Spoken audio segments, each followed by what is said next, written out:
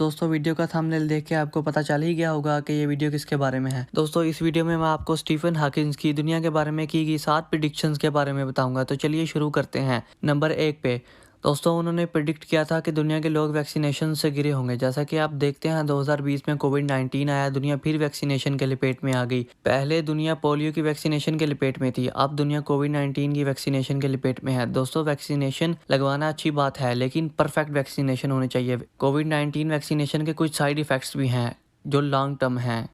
अब बात करते हैं दूसरी प्रिडिक्शन की। दोस्तों स्टीफन हॉकिंग ने प्रिडिक्ट किया था कि हमारी दुनिया पे एलियंस इन्वेड करेंगे।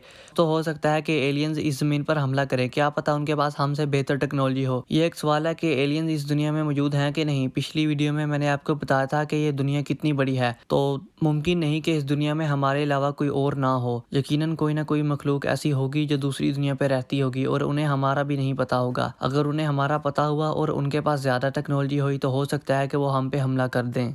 तो बात करते हैं तीसरी प्रिडिक्शन की। दोस्तों उन्होंने प्रिडिक्ट किया कि हमारी ज़मीन ख़त्म हो जाएगी, यानी हमारी ज़मीन तबाह बर्बाद हो जाएगी और जो सितारों की एनर्जी है, यानी जो सितारों की रोशनी, वो भी ख़त्म हो जाएगी। और उन्होंने कहा था कि हमें कोई दूसरा प्लैनेट ढूंढना पड़ेगा जहाँ पे हम सर्वाइव कर सकें। तो बात करते हैं चौथी प्रिडिक्शन की। उन्होंने प्रिडिक्ट किया था कि रोबोट ह्यूमंस को रिप्लेस करेंगे, यानी जहाँ पे हम अब नौकरी करते हैं वहाँ पे रोबोट्स काम किया करेंगे। दोस्तों इसके कुछ फ़ायदे भी हैं, इससे कुछ नुकसान। अब आप बखूबी जानते हैं कि दुनिया के बड़े बड़े जो तरक्की याफ्ता ममालिक हैं और उनके बड़े बड़े स्टोर में कोई बंदा नहीं होता जो आपको चीज़ें दे रहा हो, और कोई कैशियर वाला नहीं होता जो आपसे पैसे रिसीव कर रहा हो या सेंड कर रहा हो। दोस्तों मशीनें लगी होती हैं, आपने खुद ही चीज़ें जाके पिकअप करनी है और खुद ही पैसे देने हैं। तो दोस्तों आहिस्ता आहिस्ता ये दुनिया बदलती जा रही है और रोबोट्स ह्यूमन को रिप्लेस करते जा रहे हैं। रोबोट्स पुलिस ऑफिसर्स को भी रिप्लेस कर रहे हैं और रोबोट्स आर्मी को भी रिप्लेस कर रहे हैं। ये एक बहुत ही ख़तरनाक प्रेडिक्शन है कि रोबोट्स का ह्यूमंस को रिप्लेस करना। और अब तो कुछ ऐसे भी इलॉन मस्क की कंपनी ऐसे रोबोट्स बना रही है जो खुद से कुछ सोच सकें और खुद से कुछ बना सकें। दोस्तों अगर रोबोट्स के पास फीलिंग आ गई, चूंकि वो हमसे ज़्यादा ताकतवर होंगे, तो हो सकता है कि रोबोट्स ही इस दुनिया पे हुक्मरान बन जाएं। और ये भी हो सकता है कि इंसान की हैसियत कुछ भी ना रहे। इससे बहुत हद तक ह्यूमैनिटेरियन क्राइसिस पैदा होंगे, क्योंकि जो अमीर लोग होंगे वो रोबोट्स बना रहे होंगे और बाकी सब गुलाम होंगे। नंबर 5 पे उन्होंने प्रिडिक्ट किया था कि न्यूक्लियर वेपन्स ह्यूमैनिटी को तबाह कर देंगे। दोस्तों ये हो सकता है, जैसा कि आजकल के मुल्क न्यूक्लियर वेपन्स की दौड़ में लगे हुए हैं और आजकल की दुश्मनियाँ जैसे चाइना और अमेरिका की और इंडिया और पाकिस्तान की और भी मुख्तलिफ ममालिक की, तो ये दुश्मनियाँ न्यूक्लियर वार्स का सबब बन सकती हैं। अगर न्यूक्लियर वेपन चलता है तो ये एक बहुत बड़ा ह्यूमैनिटेरियन क्राइसिस होगा। इससे सिर्फ कुछ नुकसान नहीं होगा, बल्कि इससे 100, 200, 300 साल तक का असर होगा और हो सकता है कि उन इलाकों में कहत भी हो।